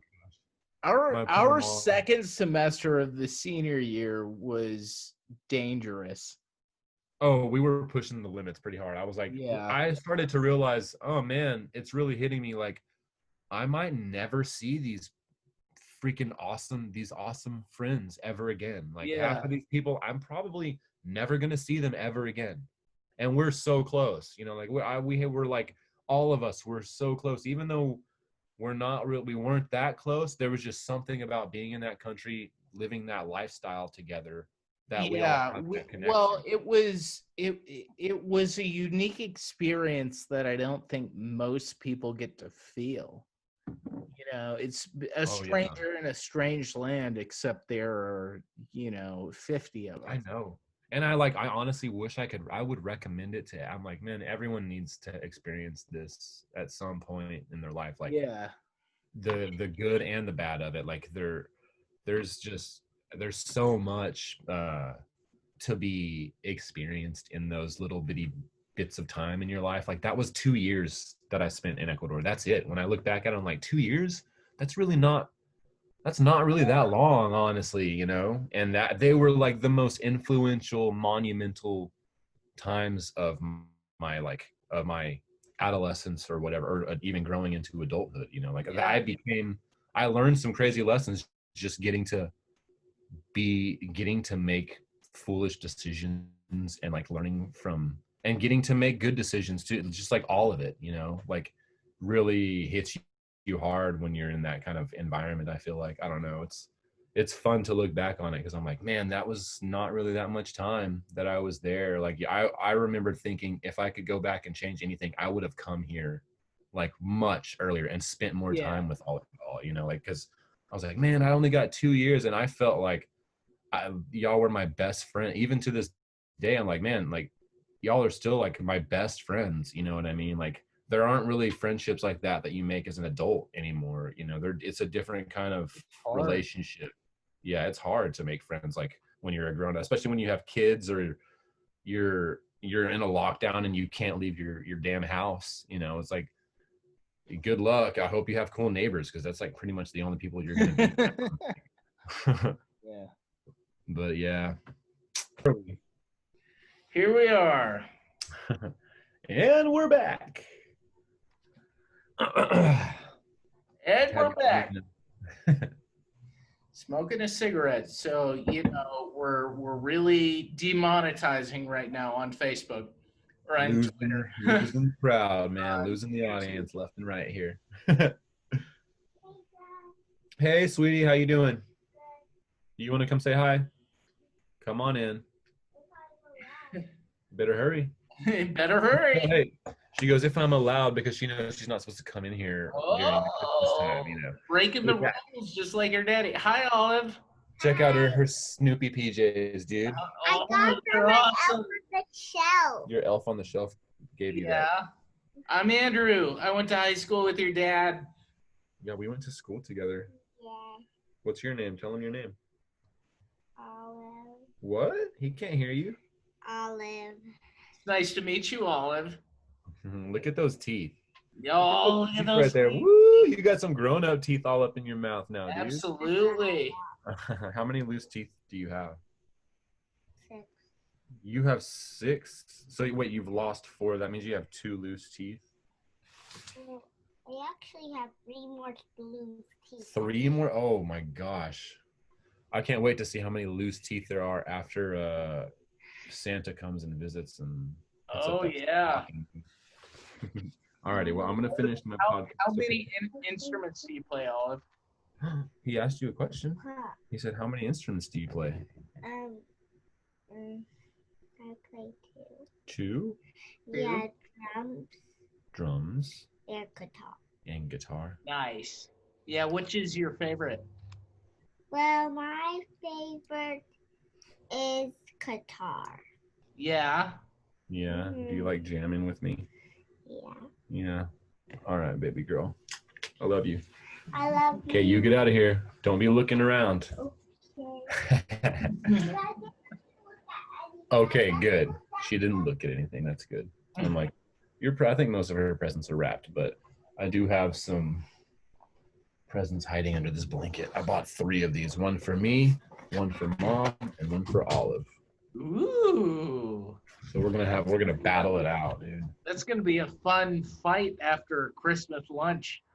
Right? Yeah. I'm not even going to be able to move. We also, hey, oh, this is who I was going to show you earlier. Come here, buddy. Come here. Come here. Here, buddy. Hey, dude. I got him. This is Hey, Keito. He's our puppy. Oh, It's our new little guy. oh my This is the goodness. puppy in a box that we got this year. Oh my goodness. He's Dad, Dad, did you realize there's pink on his paw? I know, you colored his puppy paw pink. Yeah. All right, buddy. Mm, I'll let you go play. Y'all go play, okay? okay. There you go. Thanks. Where did It's okay. go? No, it's not. I'll clean it up, okay? All right. That's our That dog just poops. second No, I don't. progeny corner. Our second episode. We I know. Tim Furlow's son played a part in the episode, so that's fun. Dude. Oh my goodness. God, Yeah. what was I gonna say? Oh, the other thing we got. I was gonna say that I didn't want to say it with Olive right there. So we have those little Nerf guns or whatever that we got. I also got some legit like 25-mile walkie-talkies, three walkie-talkies for all of us, so we can like scour through the complex and like Yeah. fully have a battle going, dude. Oh man. I'm like, I don't know why. That's what she wanted. She wanted walkie-talkies, and Yeah, so she and mom can gang up on you. yeah. Well, she really wanted. Cool here. She wanted 2 Nerf guns so that me and her could fight, and then that hurt mom's feelings. So I snuck in a third one for mom, so she doesn't know. So we're all gonna battle it out. Oh, that's gonna be dope. Yeah. I'm like, I don't know if I should wrap them all together or wrap them all separately though. I'll probably do separately. Yeah, I think that's the way to go. Just kind of reveal the war one weapon One at at a time. Yeah, for sure. So, what do you think is your next move artistically? Like, what's like your goal moving forward? Oh gosh, man. I don't know. Like I've been thinking, I mean, honestly, it's like the dumbest thing in the world. But I've been wanting to just take on stand up, like trying to get more into stand up comedy. I'm like, that's like a horrible idea, I know. But I'm like, I'm like, It's I not just feel like rewarding at all. You won't be happy at all, but do it. and that I know I'm like it's gonna be like it's gonna be hell to pay getting through this, but I mean it's like you can't do it if you never just go ahead and start doing it, you know. Yeah. And it's like, well, I know Joe's opening up a club here, and like he moved to Austin and he's opening up a comedy club somewhere. I don't know what it's gonna be, but I'm like I definitely want to have be paying dues enough to be in the circles here, you know, because I know people here that do stand up comedy and stuff, but it's like when do they do it anymore? You know, it's the same with the music. It's like it's hard to tell what the next move is. Like I've thought about doing a podcast or starting something that at least it gets me to communicate. Like I'm a horrible communicator. I don't keep in touch with anybody. So it's like it's almost like a better motivation to like reach out to people that I know, you know, like and catch up and like kind of like you're doing, like we're doing now. We're talking about old times back home and like Yeah. just like I haven't even gotten to really see you. I haven't even seen your face in real life in forever, other than Yeah. like listening to your jokes that you post, like in like TikTok jokes or whatever, or your sets that you put up on Spotify, stuff like that. But I don't know. I don't know, honestly. I'm like, maybe I'll write an album or something. I have no idea. I'm like, so what about, I mean, what are you doing? Are you just going to keep rolling with the podcast thing? Like, it seems like it's going pretty well. Like, Yeah. I mean, it's interesting. I mean, it's hard to tell because I'll get the podcast on podcast apps have been pretty consistent, and they've Yeah. been honestly pretty consistently mediocre, which isn't like a complaint or anything. Like that's Yeah.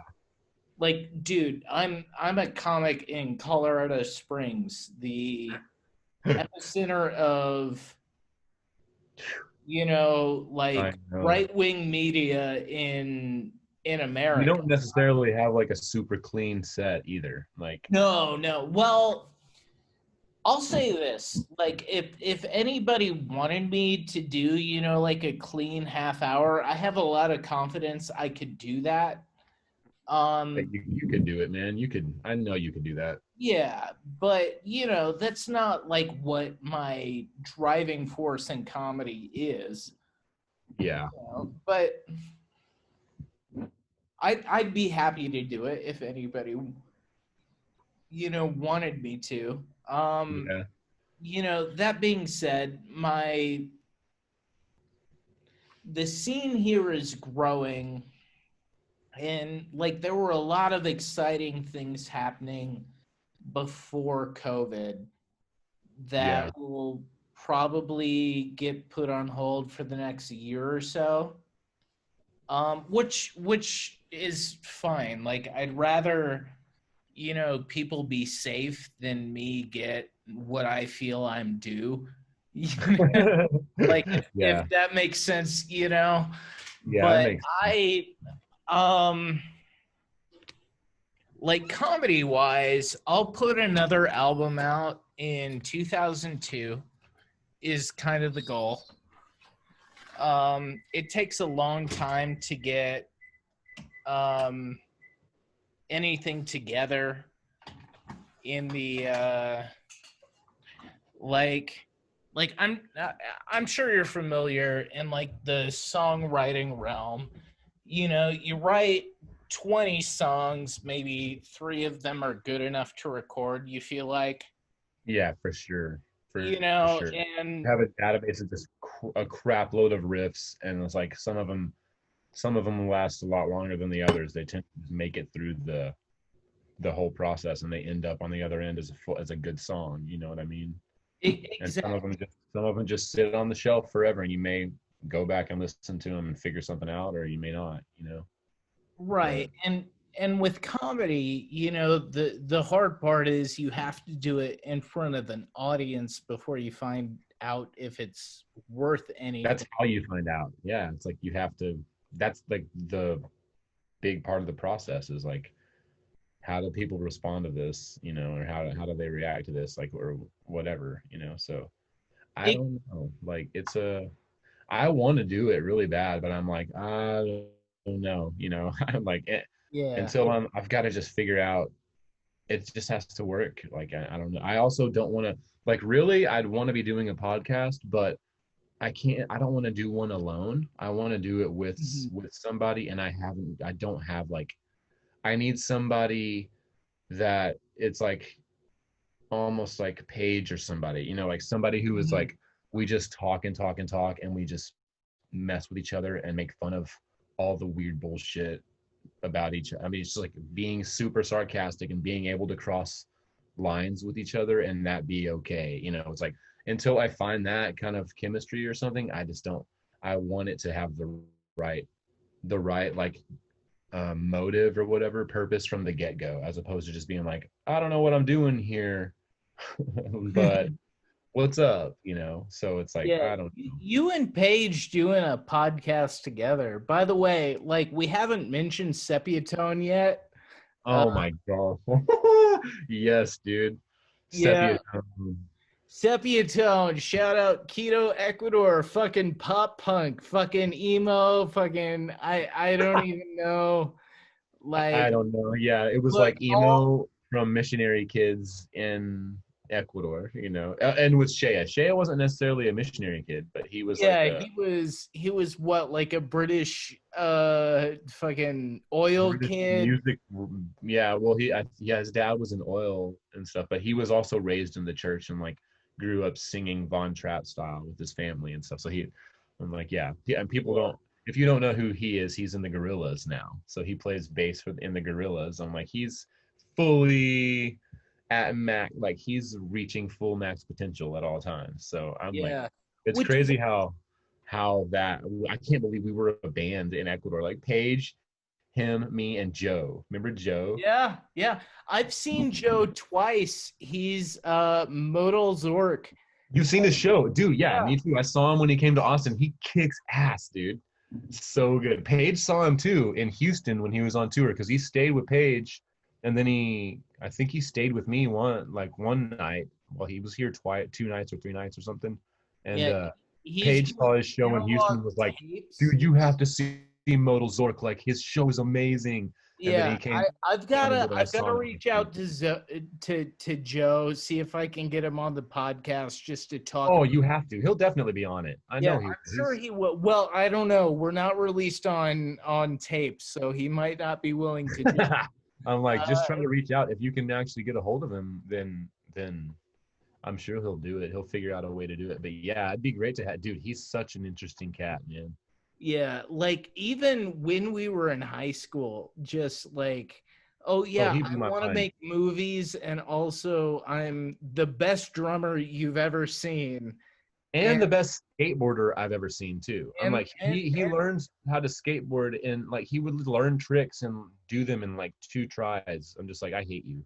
Like you, and yeah, he's like, he would do it going down you know how like fast like Via Lingua going down Via Lingua and like those yeah, hills.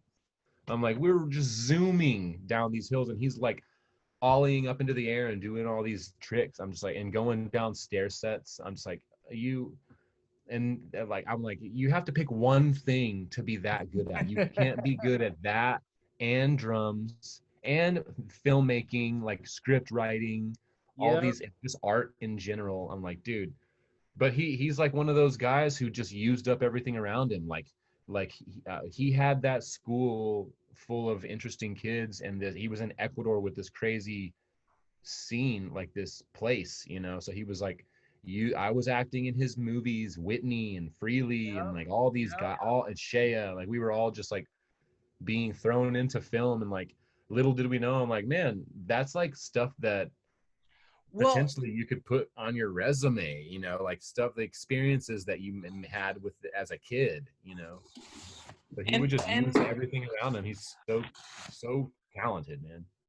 it's crazy because I feel like that guy could have, if he had, let's say, 15% less integrity in any one of his endeavors, could be the most famous person we know. I mean, yeah, I believe you. Like I mean, so weird. he's such a good drummer. He could be drumming for any band right now. I He's know, and such he doesn't even drum. I don't know that he's even drumming. Like, he's not anymore. yeah, I'm like, because his live show, he's not drumming. It's like all synth. It's like old synthesizers and like weird beat production and stuff. Like, Yeah, and he's so doing it bizarre. all analog. He's doing it all Yeah, on like cassette tape, I and know. And he I doesn't mean, buy release his tape. CDs. Like,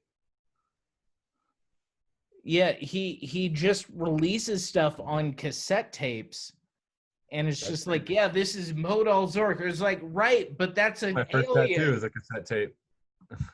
Fuck yeah. I mean, he could be making. He could be like a director of photography on Oh yeah, show he on could. television right now, but he decided to be.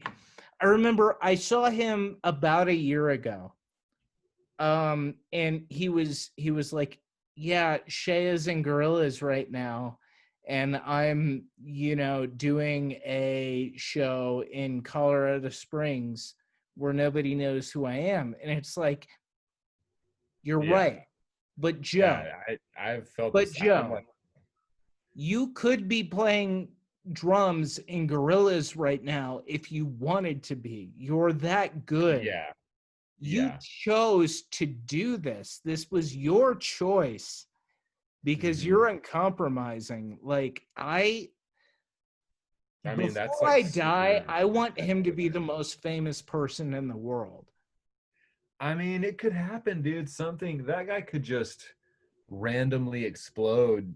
I mean, the creativity coming out of him is just so bizarre, and it's always happening. I'm just like, who knows? He like went and worked on his dad's pigeon farm for a while, Yeah. and like, I just like he's just like such a unique, a unique. I'm like, he would be a guy that would just all of a sudden he's like super famous for something. But it also he also could be the kind of guy who just like maybe in like 200 years when none of us are around, he becomes this freaking massive trendsetter or something, Well, you know. look, you're in Austin right now, so I know you have the Daniel Johnston connection, Oh, oh right? yeah, I freaking love. I've got a giant Daniel Johnston like artwork thing hanging up right when you open my front door. I've actually Right. seen him. But like I feel like Joe Nunez, for He's folks, very Daniel Johnston. he's He's very very Daniel Daniel Johnston. Johnston. And it's not that he has the mental roadblocks or whatever that Daniel Johnston has. Yeah, He has other things going on and he's so uncompromising. yeah. You know, Yeah, you were right. You're like spot on. I literally almost said I was gonna say Daniel Johnston earlier. Like yeah. he's like a very he's like a Daniel Johnston, but like a little more like Hopefully a little less on the nihilist scale. yeah, he's less on that scale. But I just meant like music wise, like he's not writing just the music style, the genre is just way different. It's the same process, but it's like it's all analog electronic stuff as Yeah, opposed to just like a nylon string guitar, you know, and like a shitty keyboard or something like that. Like, yeah, but equally uncompromising. oh yes, absolutely. You Yeah, know, like that's he's very Daniel Johnson in that aspect. Like, and also the fact that he writes all these one-offs down to tape and like and sells them and stuff or gives them out. I'm just like, man, that's freaking awesome. Everything's super very unique, you know, like done limited presses, you know, so it's cool. That is very Daniel Johnson. yeah. Can I ask? And I don't want this to sound. I'm worried this sounds demeaning in some way, and I don't mean it to be so. You are part of this group, Sepia Tone, which Yeah. I feel like Ecuador had not seen before. Our little school of Alliance Academy International had not seen before. Yeah. Shea has become a part of one of the biggest bands in the world. In the world, yeah, for sure. In the world, like not with an asterisk, like straight up. No, like he's in the Gorillas, like He's in that. Gorillas. Yeah, That's like that's amazing. And one day I'll reach out to him and see if he'll do my little show. But I'm sure he will. He did my first podcast episode. Like yeah. like he was the reason By I the way, started the podcast. I was like, hey, let me just record. I'm gonna record our Zoom conversation because it's like, why not? And I'll put it out and like we'll talk about. We just told stories about our dads, like yeah. messed up stories or like times that we got caught doing something or got busted or like just random dad stories, you know, and stories about masturbating, like funny masturbating stories. So Yeah. like but I'm dude, he'll definitely do it. Just reach out to him. He's Yeah. still like he's like the nicest guy in the world, man. He's like Yeah. I don't know one single person that has anything bad to say about that guy. I No, really don't. he was a sweet guy when we were in high school and went to Cotopaxi, which like Yeah, he fuck didn't even go to our high school. Cotopaxi, right? But Or no, he went to Americano Quito. oh, did he go to Americano? Uh-huh. So he went to an even bigger, but Rival. still like a giant rival of our school. Yeah. Yeah, We had two. We had two whole rivals. we did. Two whole rivals. No, it's not demeaning, dude. It's like I'm so freaking proud of that guy, and just the fact that like I don't see him. We don't see each other for like years. We'll go, but we talk to each other constantly. I'm on a thread on WhatsApp with him and Paige. So like we Yeah. write each other. He wrote me this morning. Shea did, and was like, I sent him a picture of my nose ring that I just got, and he was like sending us happy birthday video or Merry Christmas videos to Yeah. Olive and like all this stuff. So I'm like, we talk to each other all the time, but every time we see each other, it's like not a minute was lost. Like we'd never skipped a beat. Yeah. It's like we're best friends all over again or something. It Yeah. is freaking difficult when you're on the grind playing shows every night here. Like there was a time where I was really, I'm not gonna lie, I was like in a pretty dark frame of mind all the time because it was like, dude, I watched my friend on Jimmy Kimmel and Jimmy Fallon, like, and it's just like I see him playing a guitar on stage next to Paul McCartney and like Damon John Paul Albarn. Jones and like and Damon Albarn, like all these freaking legends, literally the people who are in the history books of music in our time, Yeah. and he's right beside them, and they love him, like they love him. So it's like, but he also doesn't hesitate to put me in place and be like, mate, we have the same job. It's all the exact same. It's just a different. It's just like it's all. He's like basically like, dude, we're doing this because it makes us happy, not because I make more money than you or you make more money than me. It's just it. These are kind of like the paths that we're on and shit. And it's not like me and Shay are never gonna play music or something. It's like, dude, I send him music all the time, and I'm like, I'll remember an old riff that he wrote in high Yeah. school that he doesn't even remember, and he'll be like, "Oh my gosh, I can't believe you remember that!" And like, so it's like, there was a time where it got me down a little bit, I'll, but it I'll, was just because Austin was just hard grinding, and yeah. it's hard to watch your friend just freaking blowing up while you're like just still paying the same old dues and nothing's changing. But it's not anybody's fault. It is what it is. I'm not worried about it. Like my time will come with music, I guess. I'm still gonna do it forever. Like, but I love it. I love being the fact that he's in the band, like the fact that that's my best friend. It's like, dude, uh, Olive has Uncle Shea in the Gorillas. Like, how neat is that? Well, I'll say two things here.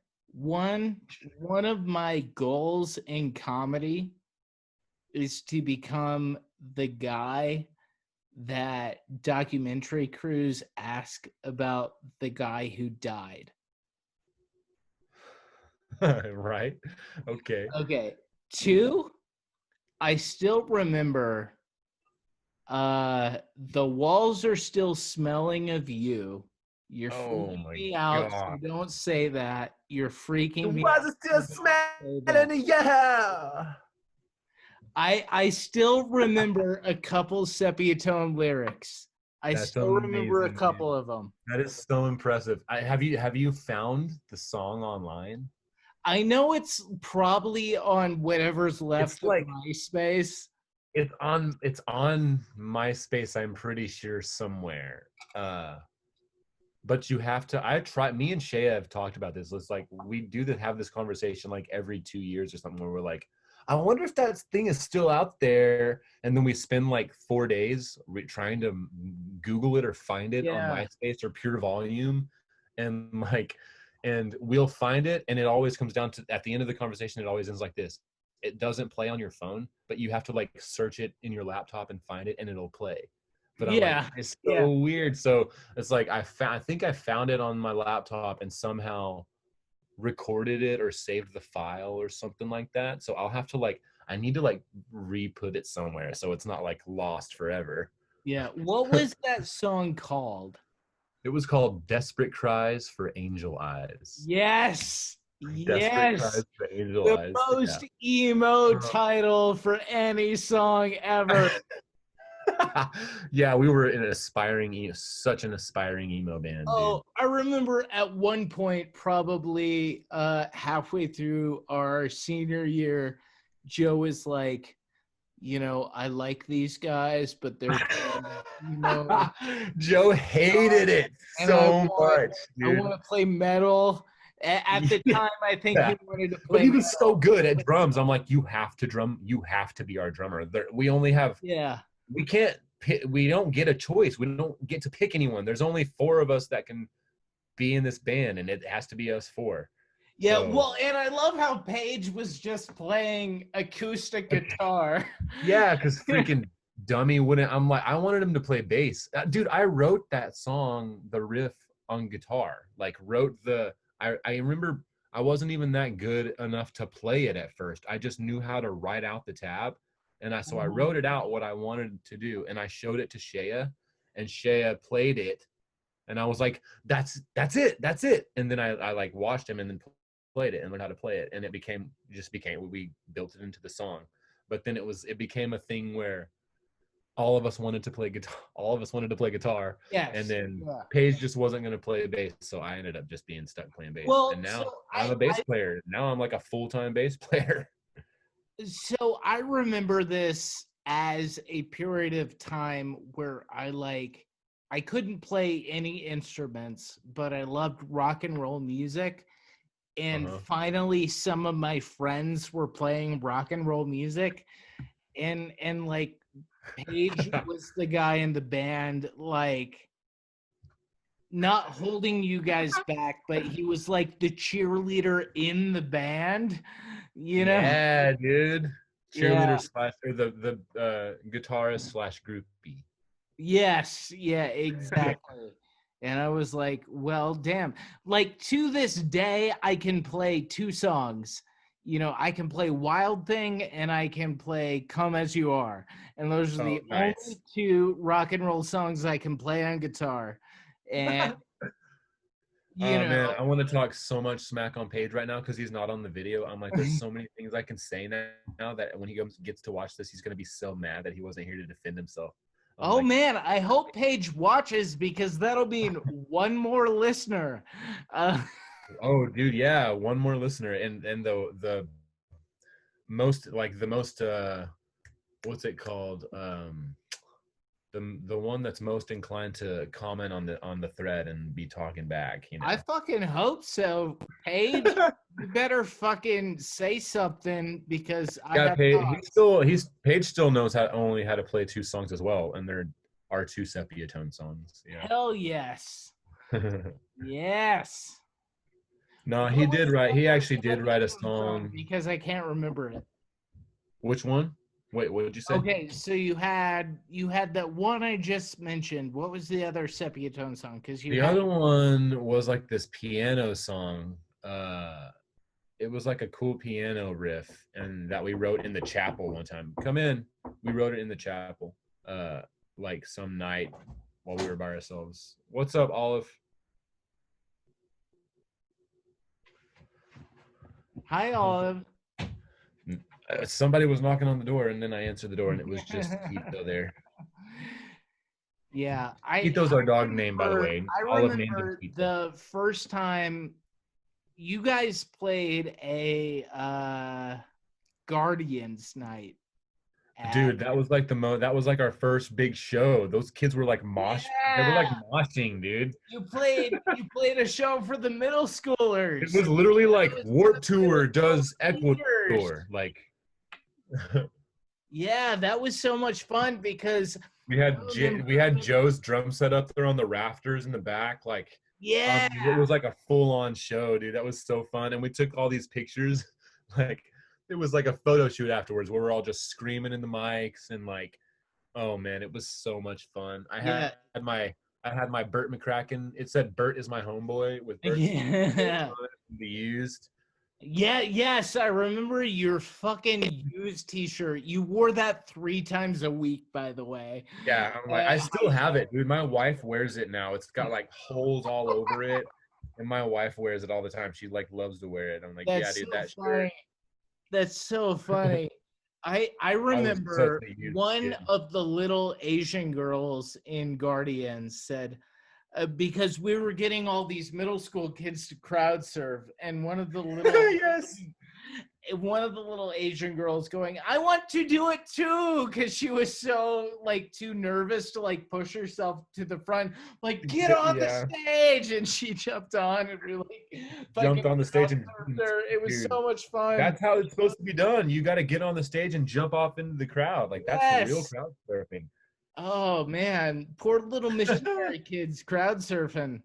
I'm like, yeah, little missionary junior high kids just going crazy to our like pop punk emo music. It was so fun. Not even like hardcore at all, but I Not even remember hardcore at like all. Like we fucking would have got Joe. there if we would have kept playing music, we would have, you know, we probably would have written some pretty cool stuff. Like I really think we would have, you know. I think you had like you had like a 90-month window where if you had stuck together after high school, you could have made something. Yeah. Like Oh that's yeah. about it, because after that pop punk was dead, emo was dead. It was dead. Yeah. We would have had to we would have had to drift into like Radiohead land and like be doing like Yeah. weird. We would have just what happened was we would have had to just get obsessed with guitar pedals, and then we would have just built these crazy guitar setups and just like gotten all weird with it, because I was getting into like Mars Volta at that time. I was getting into like Right, prog, right. yeah, like really weird. I like Yeah. they were into like real mysticism and like mystical, like just random. They all quit doing drugs and like bought a Ouija board that they were talking to every night before their shows, and like they just got really weird, and their music was just so bizarre. I'm like, who could ever think of this? But anyways, yeah, it's been a long ride, but I mean, it's so weird that we all keep in contact with each other still. Like Joe, It, Paige, Shea, and we all still talk to each other. yeah, it is crazy because sorry, I was trying to show you I Oh yes, dude. Play some yes. one arm scissor for me, dude. One arm scissor. Hell yes. I actually think I have the new one here, but I don't know where it's at.